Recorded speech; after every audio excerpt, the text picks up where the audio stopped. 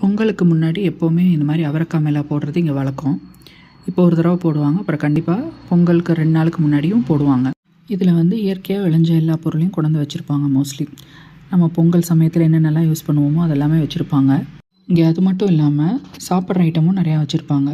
என்னென்னா மொச்சக்காலையில் என்னென்னலாம் பண்ண முடியுமோ அந்த மாதிரி டிஷ்ஷஸ் நம்ம சாப்பிடுவோம் இல்லையா, சோள ரொட்டி, அதுக்கு வந்து ஒரு கறி மாதிரி அவரைக்காயிலே பண்ணி ஒரு கறி வச்சுருப்பாங்க. அப்புறம் தோசையில் நிறையா மொச்சக்காய் போட்டு நம்மளுக்கு கொடுப்பாங்க, ஸ்டஃப் பண்ணி கொடுப்பாங்க.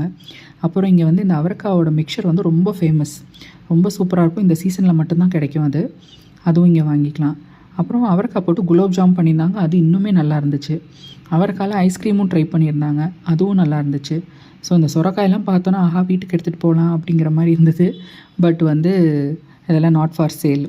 நமக்கெல்லாம் ஃப்ரெஷ்ஷாக காய்கறி பார்த்தாலே ஆஹா என்னென்ன ஐட்டம் சமைக்கலாம் அப்படின்னு தோணும். இவங்க பாருங்கள், சுரக்காவோட குடுவையிலேயே லைட்ஸ் மாதிரி பண்ணி வச்சுருக்காங்க. அதை ட்ரை பண்ணி அந்த குடுவையிலே அழகான லேம்ப்ஸ் பார்க்கவே ரொம்ப நல்லா இருந்துச்சு. நம்ம பருப்பு வடை போடுற மாதிரி மொச்சக்காயிலே வடை போட்டிருந்தாங்க, ரொம்ப சூப்பராக இருந்துச்சு.